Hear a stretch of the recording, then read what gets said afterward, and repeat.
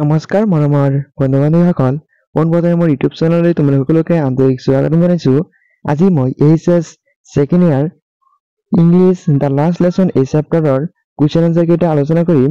তোমালোকৰ এই চেপ্টাৰৰ যিমানবোৰ ভিতৰীয়া কুৱেশ্যন আছে ইয়াৰ লগতে প্ৰিভিয়াছৰ কুৱেশ্যন সহকাৰে আজি ভিডিঅ'ত আমি আলোচনা কৰিম আৰু কুৱেশ্যন আৰু এনসাৰৰ অৰ্থবোৰ আজি ভিডিঅ'ত আমি ডিসকাস কৰিম আৰু ইয়াৰ পৰা শৰ্ট কুৱেশ্যন কোনকেইটা শৰ্ট কুৱেশ্যন পৰীক্ষাত আহি থাকে আৰু এই গোটেইখিনি এই চেপ্টাৰৰ ভিতৰীয়া আৰু বাহিৰৰ গোটেইখিনি কুৱেশ্যন আজি ভিডিঅ'ত আলোচনা কৰিম। ইয়াৰ লগতে তোমালোকৰ এটা সুবিধা হ'ল এই কুৱেশ্যনৰ বৰ্ড কুৱেশ্যনবোৰ কোনকেইটা কুৱেশ্যন কোনটো চনত আহিছিল তোমালোকে সকলো গম পাবা আৰু কুৱেশ্যন আৰু এনসাৰ সহ দুয়োটাৰ অৰ্থ তোমালোকে তলত লিখি দিয়া আছে। তোমালোকৰ কাৰণে সুবিধা হোৱাকৈ তোমালোকে অৰ্থ সহকাৰে তোমালোকে লিখি ল'ব পাৰা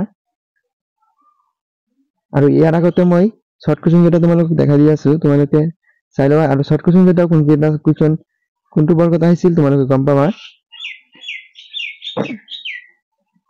চোৱা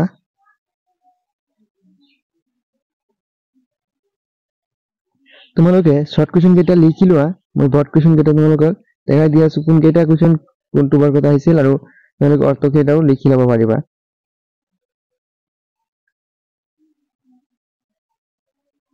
আমি এতিয়া বৰ্ড কুৱেশ্যন কেইটা আলোচনা কৰিম। তোমালোকে শৰ্ট কুৱেশ্যন কেইটা ভালকৈ লিখি লোৱা আৰু চোৱা 21 নম্বৰ কুৱেশ্যনটো শৰ্ট কুৱেশ্যনটো 12-16 বৰ্গত আহিছিল, দুটা বৰ্গত আহিছিল। এতিয়া চোৱা 2-3 মাৰ্কৰ কুৱেশ্যন কেইটা যিকেইটা 2-3 মাৰ্কৰ কুৱেশ্যন হয় এই চেপ্টাৰৰ পৰা। চোৱা 1 নম্বৰ কুৱেশ্যনটো 2015 বৰ্গত আহিছিল, 15-2020 দুটা চনত আহিছিল। কুৱেশ্যনবোৰ প্ৰিভিয়াছৰ কুৱেশ্যনবোৰ ৰিপিট হৈ থাকে। তোমালোকে প্ৰিভিয়াছৰ কুৱেশ্যনবোৰ পঢ়ি ল'লে গোটেই চেপ্টাৰৰ প্ৰিভিয়াছৰ কুৱেশ্যনবোৰ পঢ়িলে 60+ তোমালোকে পাই যাবা। এতিয়া চোৱা আৰু এই পিডিএফটো যদি তোমালোকে ফলো কৰা, মই এতিয়া পিডিএফবোৰ যদি ফলো কৰা তোমালোকে 100% তোমালোকৰ কমন পৰিব মই ভাবো। পিছত 2 নম্বৰ কুৱেশ্যনটো তোমালোকে চাই লোৱা, ইয়াৰ অৰ্থবোৰ দিয়া আছে, তোমালোক গুগল টাইপৰ অৰ্থবোৰ দিয়া আছে, তোমালোকে অৰ্থ সহকাৰে লিখি ল'ব পাৰা তোমালোকৰ সুবিধা অৰ্থে। এই পিছত চোৱা 4 নম্বৰ কুৱেশ্যনটো চাই ল'বা। এতিয়া চোৱা 6 নম্বৰ কুৱেশ্যনটো 2016 বৰ্ষত আহিছিল। তোমালোকে যিকেইটা প্ৰিভিয়াছ চনত আহিছিল তোমালোকে এইকেইটা মনত ৰাখিবা। এই 7 নম্বৰ কুৱেশ্যনটো 2020 বৰ্ষত আহিছিল, এটো ইম্পৰ্টেন্ট হয়। এতিয়া চোৱা 8 নম্বৰ কুৱেশ্যনটো 2013 চনত আহিছিল আৰু 9 নম্বৰ কুৱেশ্যনটো 2017-2016 চনত আহিছিল, দুটা চনত আহিছিল। আৰু চোৱা অৰ কুৱেশ্যনটো যিটো অৰ কুৱেশ্যনটো 2019 চনত আহিছিল। এই দুটা কুৱেশ্যনৰ আনসাৰ এটাই হয়, 2016 আহিছিল আৰু 2017 আৰু পিছৰ অৰ কুৱেশ্যনটো আহিছিল 2019 চনত। এতিয়া চোৱা 10 নম্বৰ কুৱেশ্যনটো আহিছিল 2017 চনত। এই চেপ্টাৰৰ কুৱেশ্যনৰ আনসাৰ কেইটা অতি সুন্দৰকৈ লিখা আছে, তোমালোকে লিখি ল'ব পাৰা। এতিয়া চোৱা 11 নম্বৰ কুৱেশ্যনটো 2020 চনত আহিছিল।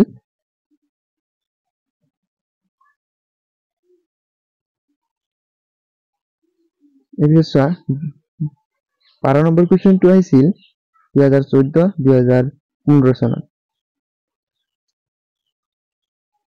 এনসাৰ কেইটা তোমালোকে লিখি ল'বা, অৰ্থ সহকাৰে লিখি তোমালোকৰ সুবিধা হতে লিখি ল'ব পাৰা। এতিয়া চোৱা 13 নম্বৰ কুৱেশ্যনটো বহুত ইম্পৰ্টেন্ট হয়, 2014 চনত আহিছিল, 2015, 2019 তিনিটা চনত আহিছিল, ৰিপিট হৈ থাকে। এনেকৈ মই কৈ আছো তোমালোকে এনেধৰণৰ কুৱেশ্যনবোৰ কৰি থাকিবা। এটা কুৱেশ্যন 3 বাৰ আহিছিল। তাৰপিছত চোৱা 14 নম্বৰ কুৱেশ্যনটো দুবাৰ আহিছিল, 2014 আহিছিল, 2017 আহিছিল। 2 বছৰ পিছত মূৰে কুৱেশ্যনবোৰ ৰিপিট হৈ থাকে। তোমালোকে 2021 বৰ্ষৰ কুৱেশ্যনবোৰ চাই থাকিবা, 21-22-23 কুৱেশ্যনবোৰ চাই ল'বা।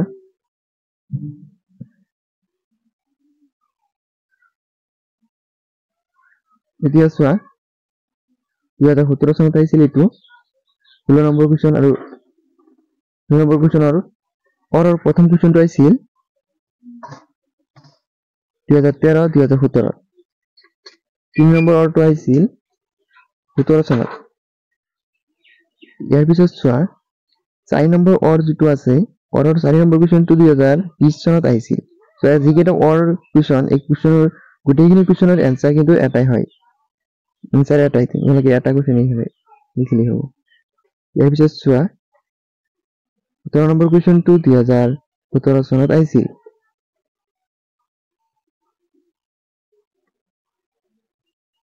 18 নম্বৰ কুৱেশ্যনটো 2023 চনত আহিছিল আৰু 19 নম্বৰ কুৱেশ্যনটো 2023 চনত আহিছিল তাৰ পিছত চোৱা 4 5 নম্বৰ কুৱেশ্যন কেইটা চোৱা এতিয়া 4 নম্বৰ 5 নম্বৰ থাকিব এইকেইটা কুৱেশ্যনত এইটো 30 নম্বৰ কুৱেশ্যনটো 2017 চনত আহিছিল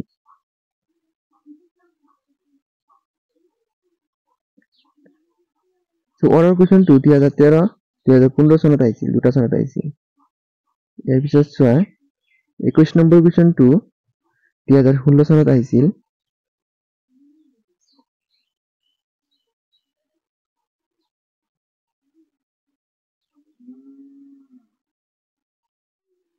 বন্ধুসকল আজি ভিডিওটি মই ইয়ালৈকে সমাপ্ত কৰিছো তোমালোকৰ আৰু কোনটো চেপ্টাৰৰ ভিডিও লাগে কমেন্ট কৰি জনাবা ভিডিওটি ভাল লাগিলে এটা লাইক কৰি দিবা আৰু যদি ভিডিওটি তোমালোকৰ ভাল লাগি থাকে তেনেহলে তোমাৰ বন্ধুৰ মাজত ভিডিওটি শেয়াৰ কৰি দিবা আৰু যদি মোৰ চেনেলটি সাবস্ক্ৰাইব কৰি ৰাখা নাই তেনেহলে সাবস্ক্ৰাইব কৰি ৰাখা আৰু ভিডিওটি পোনপ্ৰথমে নটিফিকেশন পাবৰ কাৰণে নটিফিকেশন বেল আইকনটি বজাই ৰাখা